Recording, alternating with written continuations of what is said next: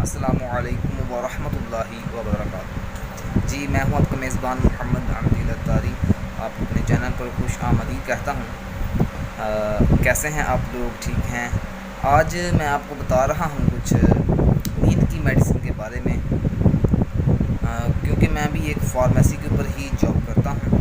तो बाज़ औक़ात कई दफ़ा ऐसा होता है कि लोग नींद की मेडिसिन के लिए आते हैं कि हमें नींद की मेडिसिन चाहिए, हमारे किसी अज़ीज़ को नींद नहीं आ रही तो हमें नींद की कोई टैबलेट दे दीजिए। तो बाज़ औक़ात लोग मजबूर भी होते होंगे, लेकिन बाज़ औक़ात यहाँ हो सकता है ज़्यादा दफ़ा ऐसा होता हो कि लोग जानबूझकर या किसी को नुकसान पहुंचाने की गर्ज से इस तरह की टैबलेट लेते होंगे और उसको चाय वगैरह में, किसी दूध में, खाने में डाल कर देते होंगे। तो ऐसा बिल्कुल हरगिज़ नहीं करना चाहिए, और फार्मेसी वाले को भी चाहिए कि वो इस तरह के बंदे को मेडिसिन ना दे।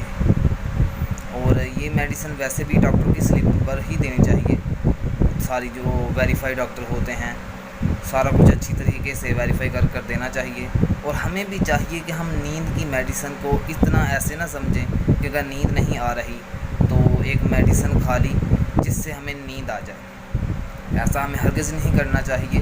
कोशिश की जाए कि कोई ऐसा ज़रिया अपनाया जाए कि मेडिसिन ना ही इस्तेमाल करनी पड़े। और इसमें एक वजीफ़ा भी है नींद का कि अगर बंदे को नींद ना आ रही हो तो गालिबन 11 दफ़ा ला इलाहा इल्लल्लाह वो पढ़े, अव्वल व आखिर एक दफ़ा दुरूद पाक के साथ, तो उसको नींद आ जाएगी। कितना प्यारा वजीफ़ा है। कोशिश बंदा यही करे कि बंदा ये वजीफ़ा कर ले तो बंदे को नींद आ जाए।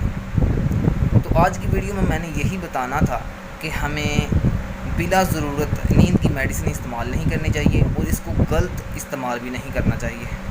और अगर आप समझते हैं कि नींद की मेडिसिन ही लेनी पड़ेगी तो किसी अच्छे डॉक्टर से और अपने फैमिली डॉक्टर से मशवरा ज़रूर कीजिए और उनको चेकअप ज़रूर करवाइए।